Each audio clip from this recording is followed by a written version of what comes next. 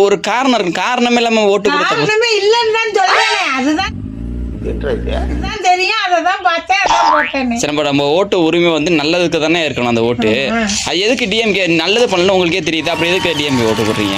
நாடு முழுக்க ஒரே ஒரு குற்றச்சாட்டு தான் அண்ணன் மேல இருக்கு. பார்த்தாலும் பாலியல் வன்கொடுமை, போதை கலாச்சாரம் இருக்கு. நல்லது பண்ணலன்னு தெரியா? நல்லது என்ன பண்ணிருக்காங்க அதை சொல்லுங்க. பண்ணலதான். அப்படியே மாற முடியலையே.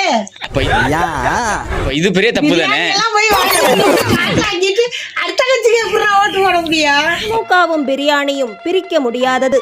திமுக பொதுக்கூட்டங்களில் கட்சி பிரச்சனைகள், மக்கள் பிரச்சனைகள் குறித்து விவாதிக்கப்படுகிறதோ இல்லையோ, பிரியாணி பிரச்சனை பெரும் பிரச்சனையாகவே தொடர்கிறது. இதுலயே தெரியுது தேர்தலுக்கு யாரு ஓட்டு போட்டா? உனக்கு தானே போட்டேன். அந்த ஆள் என்ன சொன்ன? அவனுக்கு போட்டேன்னு சொன்னேன். ஏன் என்ன சொன்ன? உனக்கு போட்டேன்னு சொன்னேன்.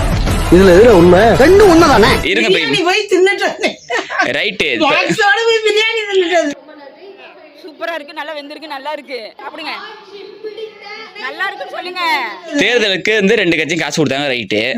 தேர்தல் வந்து டிஎம்கே காசு கொடுத்தாங்க. ஊர் ஃபுல்லா இல்ல இல்ல எனக்கு மட்டும் தான் இந்த பிரச்சனை ஆகுதுன்னு நான் பயந்தே போயிட்டேனா? நான் எந்த காலத்துலயும் ஏடிஎம்கேல காசு வாங்கினதே கிடையாது. இல்ல இல்ல எங்க கட்சில நான் பொதுவா